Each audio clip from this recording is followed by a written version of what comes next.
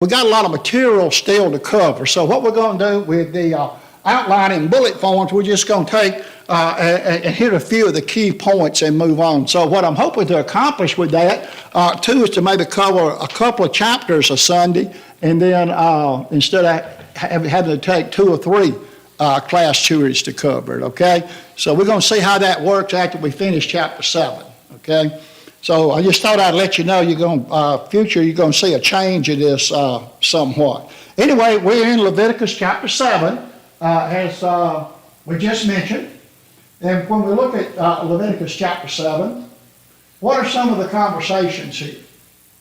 Well, we're going to get into a little bit more detail about the law of the trespass offering. We've already talked about the trespass offering in previous chapters. This is just getting into a little more detail of it. The law of the peace offering, okay? We've already discussed that and talked about that. We're going more about fat and blood. Now that's something that we really haven't seen, although it's been implied a time or two, but there's going to be a specific law given about the eating of blood and the eating of fat. So that's going to be something different that we're going to see. And also, you know, we've been talking about the priest portions, and we're going to see a little bit more about that also in this chapter. And we know that the Leviticus priesthood was not going to receive a land inheritance, and so we find that as the sacrifices were done, they were allowed to keep parts of the meat, they were allowed to keep parts of the meal offering, a grain offering, and also in this chapter, we're going to see they're also going to be allowed to keep something else, and that's the hide. So as you can see, it's just kind of building on detail after detail after detail, okay? So we're getting deeper and deeper in it. And I don't want to get too deep in it and get too bogged down in it, because I'm going to tell you something. There are people out there that have spent their entire lives doing nothing but studying this old law. There is volumes and libraries and things throughout the entire world filled with this. So anyway, I thought that was real interesting. So there are several things that we're going to see that we haven't heard if we get to them today in this lesson. So that's kind of like what the conversation looks like in Leviticus chapter 7. Okay? The trespass offering, you know, we talked about the trespass offering in prior chapters, but I thought we'd put this together and just kind of hit back over it to refresh our memory on it. It was to be offered for what? Well, you know, when you trespass something, that means you go against the law, right? You go against whatever's posted. I think we had an overhead with a guy climbing over a fence, over the sign. It says no trespass, and he's climbing over the fence anyway, right? So we're ignoring the instructions we've been given, right? And the trespass offering is a generic term, like a lot of these terms, underlying, Daniel, various sins, okay? All right? And we talked about those various sins that it did. So as you can see, some of this, like burnt offering, trespass offering, peace offering, and things like are generic terms, and then under it falls different categories, okay? And so the trespass offering, what was it about? Well, concealing knowledge of a crime. You know, if you knowed about it, you were responsible to let the officials or the priest or Moses or Aaron or whoever know what went on. If you didn't, you were considered a co-conspirator. Okay, it's what we would call it today. So you had to give a trespass offering if you did not obey that law. Involuntarily touching something unclean. I thought that was real interesting. Remember, sometimes you may be out doing something and not knowingly, or you're out working and you accidentally back into something or something like that, that made them ceremonially unclean. In other words, they were supposed to be aware of at all times of their surroundings and what's going on. Okay? So that was covered in Leviticus chapter 5. Rash swearing. You know, and we talked about that. You would have to offer a trespass offering for that.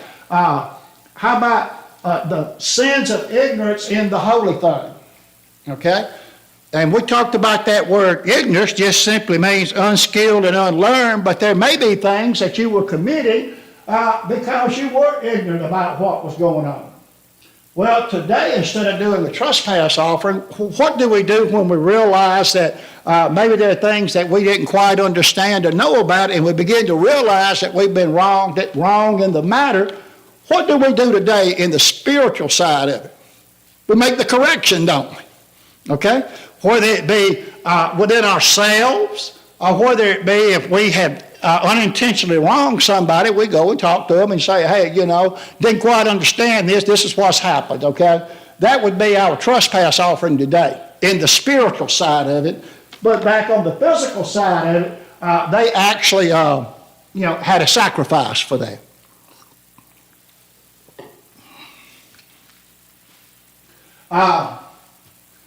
Here again, this statement was kind of a catch-all. Any sin of ignorance of the commandment of the Lord. So it's kind of a repeat of the prior one, but it just shows the importance of it, and that it was any cover. It's kind of a catch-all statement.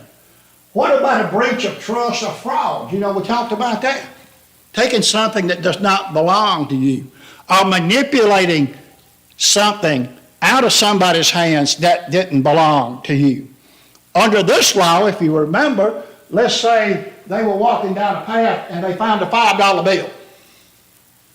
Well, they were supposed to notify the proper people they found this $5 bill. They just couldn't fold it up like we do today and put it in their pocket and walk off with it, okay? They considered that a type of fraud, a breach of trust, obtaining something that doesn't belong to you, okay? So it was a pretty strict law involved in this. It talked about the purification of people who had taken a Nazirite vow. We didn't cover that yet. That'll be in Numbers chapter 6. So as you see, as you get more involved in Leviticus and Numbers, you're going to find it increasingly builds on this stuff, okay? And you find that there's a connection here with a betrothed bondwoman. The things that might have happened with her, that's in Leviticus 19. So, and I put them two in there just to show you we're building, right? There's all kinds of things that falls up under these different offerings and things, okay?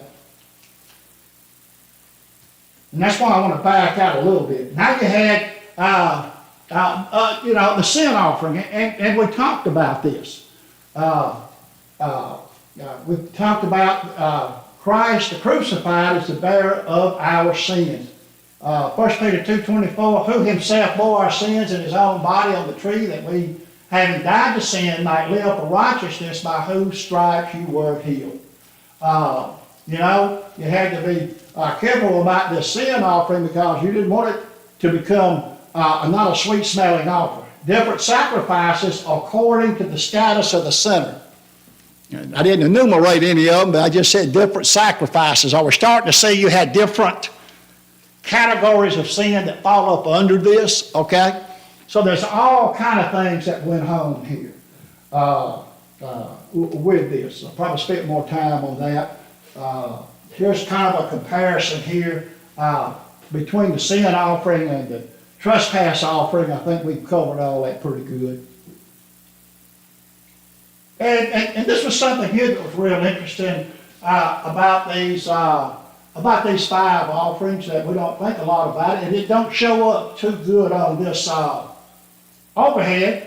But if you look to the left where it says number 1, burnt offering, seems like that goes more along with John's Gospel in Psalms chapter 40 if you come over into the New Testament. There is a short correlation between this. Under number 2, the meal offering, that has to do with like Psalms chapter 16 and the perfect man who was Jesus Christ. Number 3, the peace offering seems to do more with Luke's Gospel and Psalms, I can't read that, 85. Then you have the sin offering, which seems to do more with Mark's Gospel in Psalms 22, and the trespass offering, which seems to do more with Matthew's Gospel and Psalms chapter 69. So there is a direct link, as you can see, between the physical and the spiritual in these things, okay? Thought that was real interesting about these 5 offerings. And like I said, there are subcategories of this, okay? So, anybody got any comment, any of you brethren, on any of this so far? Okay. Bobby, you have Leviticus 7 verses 1 and 2. Likewise, this is the law of the trespass offering, and it is most holy. In the place where they kill the burnt offering, they shall kill the trespass offering, and its blood he shall sprinkle all around on the altar. Okay, notice what it says here, and we talked about this in Leviticus chapter 5 already, okay? And we just talked a little bit more about this trespass offering. So let's take a look here, just do some quick thoughts on it. The procedure for the trespass offering was previously described in chapter 5. Here a specific detail is added, explaining that the trespass offering had to be made at the altar of the burnt offering, the central altar at the tabernacle, and later the temple. So here's a detail being added, Jim, okay? You know, we don't have this thing spelled out like, okay, under your burnt offering, here's all the different sins, and here's all the different sacrifices, and here's how you do it. It really leads kind of like a law book, doesn't it? You have to go from this one to reference to this one to reference to this one to get the entire picture put together on it, okay? A trespass is a particular kind of sin. Trespassing is the unlawful crossing of a boundary. God has certain boundaries for humanity in general and his people specifically. When they cross these boundaries, it is a sin. Is that not still true today? God has established the boundaries or the perimeter that we operate in, hasn't he? And when we exceed or go beyond those boundaries, what have we done? We've sinned, haven't we? Okay? Same thing back then. As we said, Leviticus 5 and 5 also explains this trespass offering, okay? And we talked about something that was in there that we didn't see in prior chapters and in Exodus. This trespass offering must begin with what? The confession of sin. So now we see confession coming into play, right? Okay? Kind of interesting. So what do we do today when we sin or trespass or whatever that sin, I'm going to just use a generic term, okay? Sin, what's one of the things that we are commanded to do today? Confess, aren't we? We're commanded to confess. So you can kind of see how this plays out into the new. Its blood shall be sprinkled all around the altar. The blood of the trespass offering did not need to be brought into the tabernacle or temple. It could simply be sprinkled all around the altar. Remember, you had to be ceremonially unclean anyway before you went into the temple or the tabernacle, okay? So that blood did not go in there at this point in time on this particular case of sin. Morgan, have you got 3 through 5? He shall offer from it all its fat, the fat tail and the fat that covers the entrails, the 2 kidneys and the fat that is on them by the flanks, and the fatty lobe attached to the liver above the kidneys, he shall remove. And the priest shall burn them on the altar as an offering made by fire to the Lord. It is a trespass offering. Okay, so here's some more detail about how they were to carry that out. We've seen most of it already. He shall offer from it all the fat. When the trespass offering is described in chapter 5, the focus is on the reason why it would be necessary to make the offering. It said nothing of what to do with the blood or the fat. So see, here again, we're adding to and building on this sacrifice. Here the priest is instructed to offer the fatty portions of the animal. And we're going to see why here shortly. I don't want to get into the why and what this means just yet. Okay, so we're building on something. There's a reason for that. There's a reason they were not allowed to eat the fat and to eat the blood, okay? Adam Clark clarified the sense of all its fat. Chiefly the fat that was found in detached states, not mixed with the muscle. So what did God want his fat to be? Fat. Well, you know, there's a few strands of lean meat in that fat. Well, you put a few strands of lean meat in it, have you got pure fat? It's like our salvation. This is where this fat is leading to, okay? If there's a little strand of leaven in our salvation, do we have pure religion and undefiled? No. So this is what this is leading to into the New Testament. Isaac, have you got 6 through 10? Leviticus 7, 6 through 10. Every male among the priests may eat it. It shall be eaten in a holy place. It is most holy. The trespass offering is like the sin offering. There is one law for them both. The priest who makes atonement with it shall have it, and the priest who offers anyone's burnt offering, that priest shall have for himself the skin of the burnt offering which he has offered. Also every grain offering that is baked in the oven, and all that is prepared in the covered pan, or in a pan, shall be the priest who offers it. Every grain offering, whether mixed with oil or dry, shall belong to all the sons of Aaron, to one as much as the other. So we can see provision out of these offerings, as we said before, being made for the priest to eat, of the meat offering, of the meal offering, and things of that nature. The reason being they didn't have a land inheritance when they get into the promised land, so starting now, so they would not have to scurry around, if you will, to implement this. It had already started being a law that when they do their sacrifices, they were to eat of the sacrifices. How does that relate to the gospel today and people preaching the gospel? What did Paul say? Paul said, they that be of the gospel should do what? Eat of the gospel. That means there's nothing wrong with a preacher and those that's carrying out the gospel and missionaries receiving income from a church, is there? That's how they get their livelihood, okay? They've dedicated themselves or consecrated themselves to the work of the Lord. So I know I've heard people talk about sometimes, well, maybe you shouldn't pay a preacher and that should be something done on the side. Well, if a congregation's big enough to support a preacher, they should support the preacher. But he needs to be doing his part too. You see what I'm saying? It's a two-way street. So there are congregations to where the minister's not paid. They're not big enough to pay anybody. They do good to just cover the bills, if you will, you know. And so the minister does work. I know of several that work because of that, okay? And that's okay. And as a side note, maybe I'll not get into this, but as a side note, sometimes you wonder about things, and you wonder maybe that when you're talking to people sometimes that have been in all their life, even when they were young, was in the gospel, and that's all they eat of.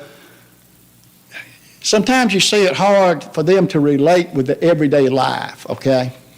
So you have to sometimes balance this thing. Maybe at some point in time it's good that a minister had to work out in the general public, because when he's dealing with the laity, you got to understand some of the problems that's going on in this thing, okay? You know? And that's just a side note. I'm not saying not paid. I think they should be paid. They should be well compensated. But I think the rulership of the church needs to monitor what's going on with that, you know. I've talked to people that that's all they've ever done was go to college and preach the gospel, okay? And when you get to talking about the real world and real life, they kind of look at you, you know, like, you know. So I think there's somewhere in all this, the preacher needs to be in tune with what's going on out there in the real world and not be in a bubble, okay? But anyway, that's just a side note. I'm not saying not pay a preacher. He should be. You eat of the gospel, just like here. That's the livelihood. But all this kind of stuff needs to be monitored, okay? It needs to be looked at periodically. Did we read 6 through 10? Okay. Well, that happened 3 minutes ago. I mean, okay? All right. Say, every male among the priests may eat it. The trespass offering followed a similar pattern to previous sacrifices.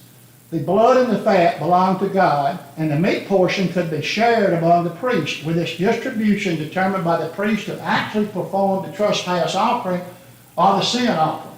The priest who makes the atonement with it shall have it. So we just talked about that. The blood and the fat now belongs to who? The meat portion of it that God has authorized is not used in the burnt sacrifice, becomes what? Belongs to the priest. That priest shall have for himself something we hadn't seen now, the skin of the burnt offering which he has offered. With the burnt offering also described in chapter 1, the priest who made the sacrifice was also given the skin of the animal to use for leather and other purposes. Was skin there valuable? are high, very valuable back then? Oh, yeah.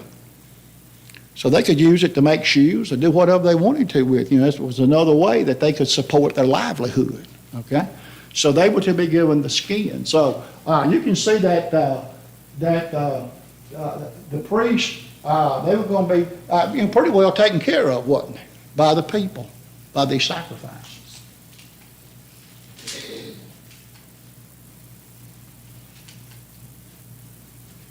Talked about the meal offering, which has been the grain offering. Here again, baked in the pan or in the oven, the grain offering prepared in the oven, the covered pan was first mentioned in Leviticus 2. Here it's made clear that a portion of these offerings belong to the priest. Makes you wonder if this is not where the old statement, our meat and bread comes from. Meat and bread, that's a pretty good diet, isn't it? Okay? Or meat and grain, okay, if you will.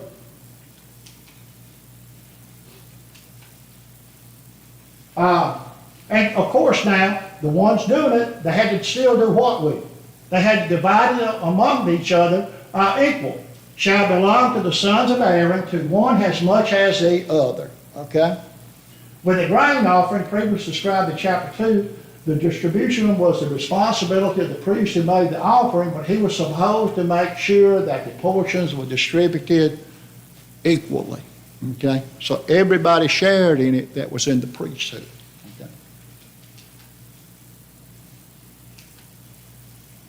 Okay? Verses 11 through 14. Do you have those? This is the law of sacrifice, peace offerings, which he shall offer to the Lord. If he offers it for thanksgiving, then he shall offer for the sacrifice of thanksgiving unleavened cakes mixed with oil, unleavened wafers anointed with oil, or cakes of blended flour mixed with oil. Besides the cakes, as his offering, he shall offer leavened bread with the sacrifice of thanksgiving of his peace offering.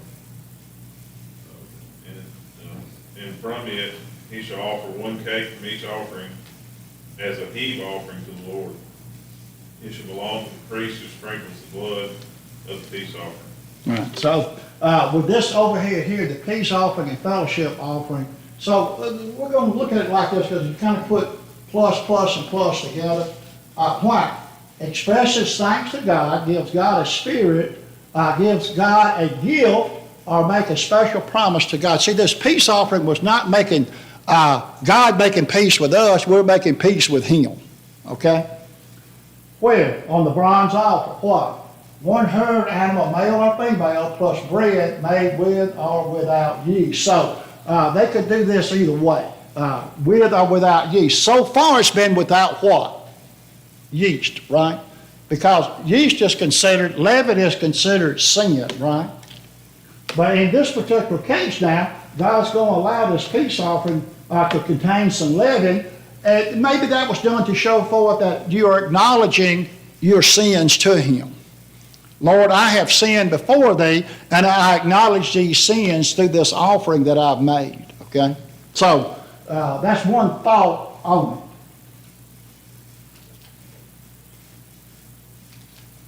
The law of the sacrifice of peace offering, the peace offerings were previously mentioned in chapter 3. The peace offering is normally the sacrifice of an animal and often made for thanksgiving, but it also contained the meal. He shall offer, here it goes, unleavened cakes mixed with oil. See, it says unleavened cakes, one place it says leaven in the next, along with the animal sacrifice of the peace offering. There was to be made an offering of some kind of baked good, either unleavened cakes or wafers, each made with oil, okay? So, and we did see that He would allow at times that to have some leaven in it, but generally, overall, in the big picture, it was to be made without leaven. And it has to do with the sins that you're looking at and the thought of the peace offering. See, it has subcategories under it too, okay? Why are you doing it, okay? What's going on with it? So, it goes down and down and down. He shall offer leavened bread. In addition to the unleavened cakes there, the offering was to be made with leavened bread too. So here you have that unleavened denoting purity of sin, or cleanness of sin, but you have the leaven denoting sin. So somewhere in this peace offering, it took away the sin that you had, okay?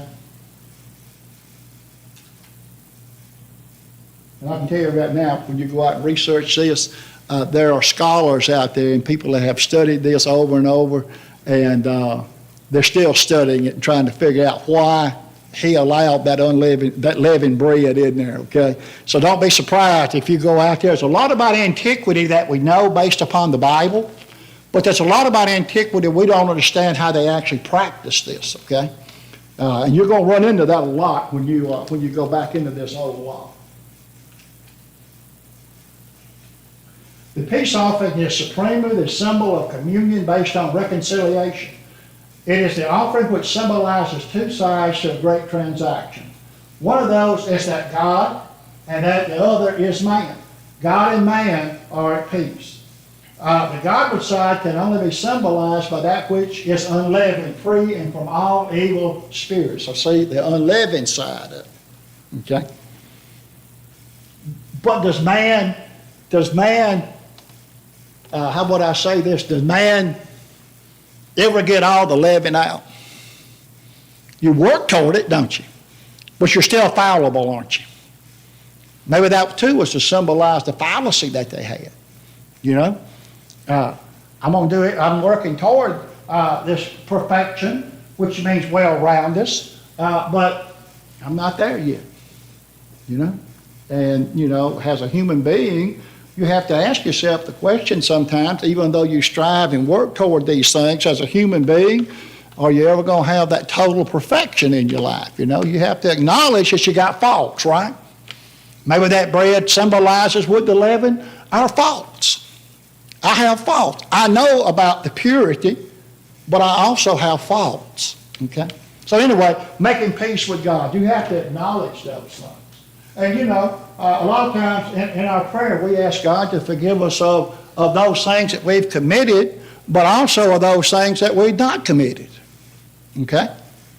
Or did.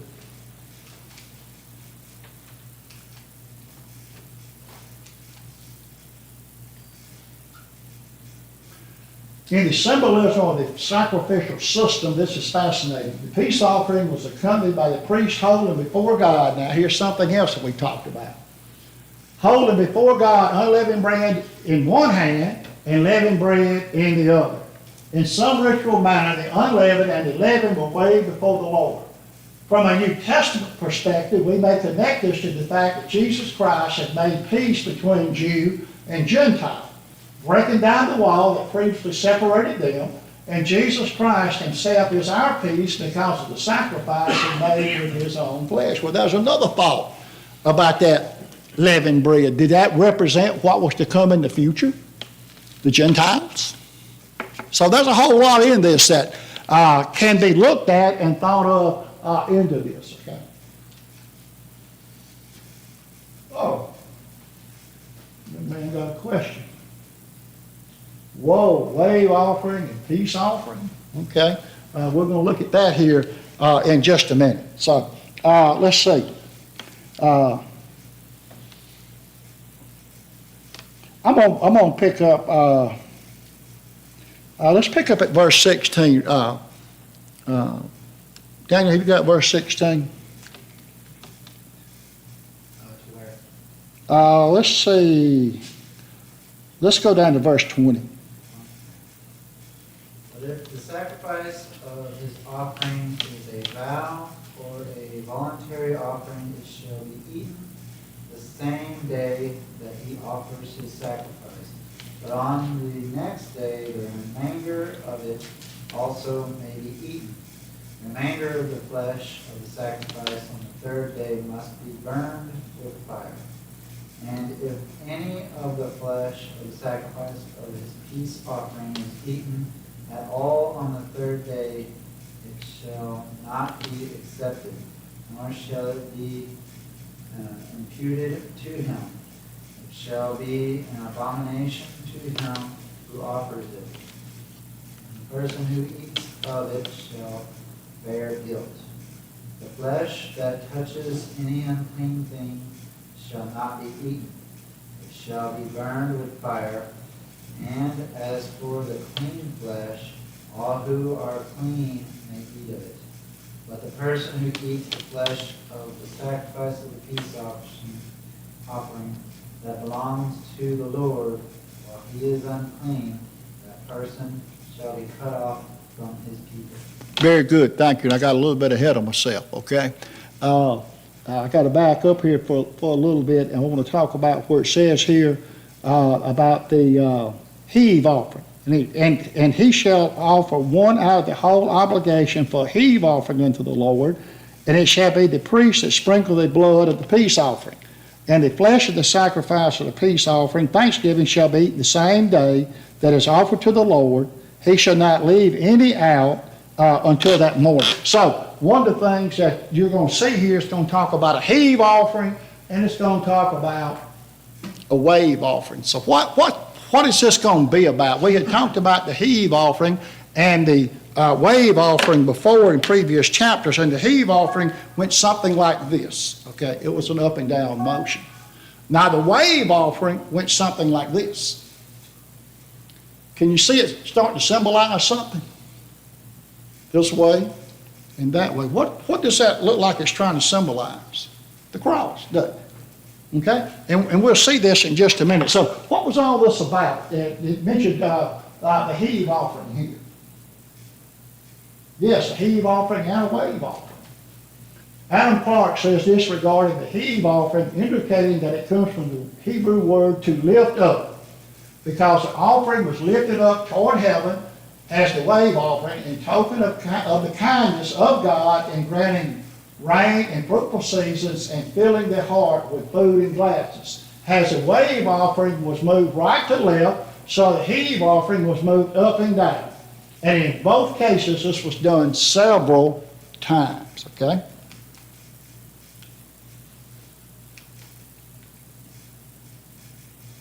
And what Daniel read, it begins to talk about some of the voluntary offerings too. You see, there was a voluntary offering that you did in all this. And it talked about this in verses 16 through 21. I got a little ahead of myself. Or it can also be a vow type offering.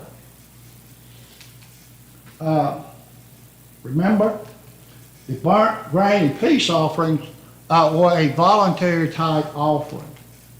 The other two offerings, the sin and trespass offering, was mandatory. Okay? You know, it kind of makes you look at this burnt grain and peace offering.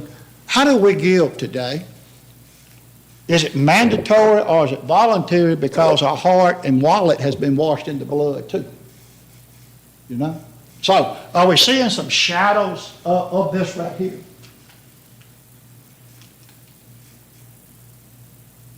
The peace and meat offering, verses 15 through 18. When to eat the meat of the peace offering. The peace offering could be made for a few different reasons, including for thanksgiving or a vow or voluntary offering. So that's why and where the peace offering too would come in. It shall be eaten the same day. When the peace offering was made for thanksgiving, the meat had to be eaten on the day of the sacrifice. When it was made for a vow or voluntary, it could also be eaten the next day. So if there was some left, it was okay to eat it in a day or two. But what you're going to find is the third day. What about that if there was some left? Well, you couldn't eat it. It had to be destroyed or burned. Yet the meat from a peace offering could never be eaten on the third day. Any leftover meat had to be burned with fire. Perhaps this was God's way to emphasize his desire for a fresh, current relationship with him. Steadily purging out the old and putting in what? The new. Okay. Verses 18 through 21. I think Daniel read through verse 20. Now, let's get right here. I'm going to read verse 21, okay? Daniel read down through there. God now's going to get real strict about all this, okay? Moreover, the soul shall touch anything, the soul that touches any unclean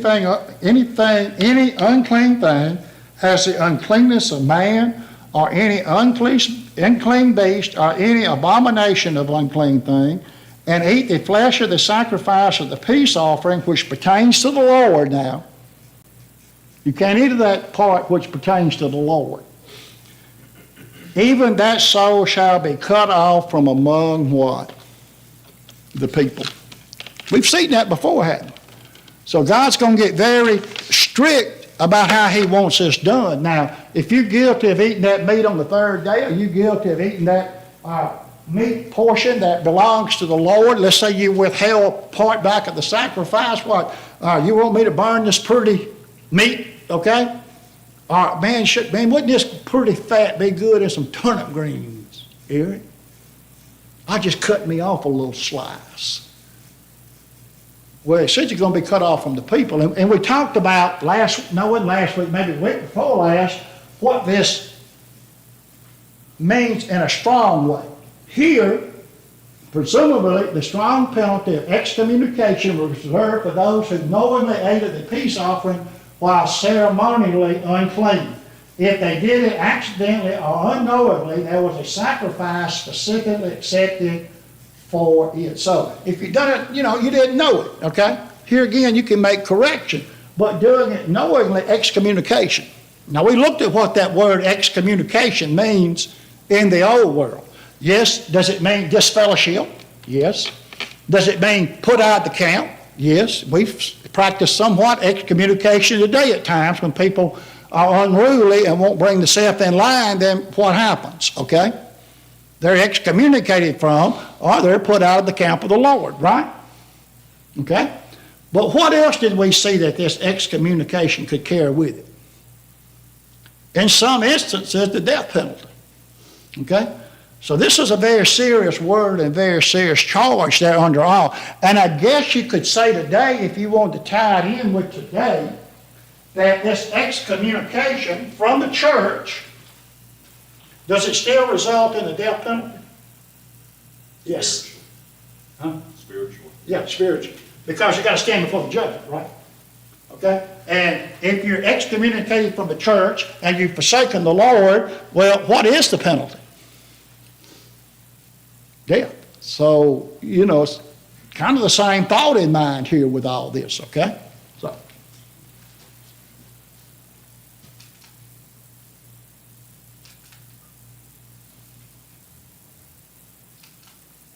Now, I got a question. What's this cut off from the people, okay? And that kind of gets back into this excommunication thing, right? Generally, the cutoff, when it's a generic punishment statement, means death or extinction. However, in certain specific circumstances, it refers to a separation from a particular location or institution. So I think we talked about that, covered that pretty good, okay? So this is what you're looking at here. So God's serious about all this. Jeff, you got verses 22 through 27. I thought I was going to finish this. The Lord spoke to Moses, saying, Speak to the people of Israel, saying, You shall eat no fat of ox or sheep or goat, the fat of the animal that dies of itself, and the fat of one that is torn by beast. It may be put to any other use, but no account shall you eat it. For every person who eats the fat of an animal, of which the food offering may be made to the Lord, shall be cut off from his people. Okay. Okay. All right. Read the other ones here. Yeah, go ahead. Moreover, you shall eat no blood wherever fowl or animal in any of your dwelling places.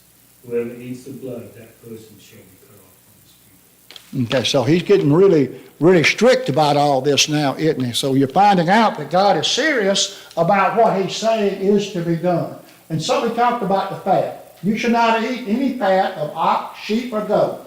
Under the old covenant, an Israelite could not eat the large fatty portion of an animal. This was true of animals offered in sacrifice, and even an animal that dies naturally or was dead or torn by wild beasts. You can't eat that now. You can't touch that. The law was the same. You shall by no means eat it. The fat of that animal, here we go now. This is what it represented. This is why God was so serious about the fat. Remember, he has some very pointed things to say about the fat and about the blood. The fat of the animal represented its goodness and abundance, and it belonged to God. Additionally, the fat is the stored energy of the animal that also belonged to God. Okay? So that fat belonged to God for those reasons they're given. The person who eats it shall be cut off from among the people. As with the previous law against ceremonially unclean people, unclean persons eating the meat from the sacrifices, the penalty for violating this law was severe too, excommunication from the community of God's people. Do we kind of see something like this maybe in the Lord's Supper today? He that eateth and drinketh unworthily shall be guilty of the body and blood of the Lord. Okay? Is there a penalty for that in the end? Yeah. Yeah. It sure is. Okay? 19 different offenses. Here again, all this has subcategories on it. That's why I'm going to back out of it a little bit, Daniel, okay? We're getting deeper and deeper in this thing, okay? 19 offenses resulted in a person receiving the punishment of being cut off in the Old Testament. Offenses that resulted in the offender being cut off included violation of the holy days, including the Sabbath, committing moral offenses, violating purity laws, eating of blood, food of circumcised, so on and so forth, okay? So it just was not one isolated incident or one isolated item that caused this. I wanted to get to the blood, but I might have to pick that up next week because we've got to stop and get ready for the worship service.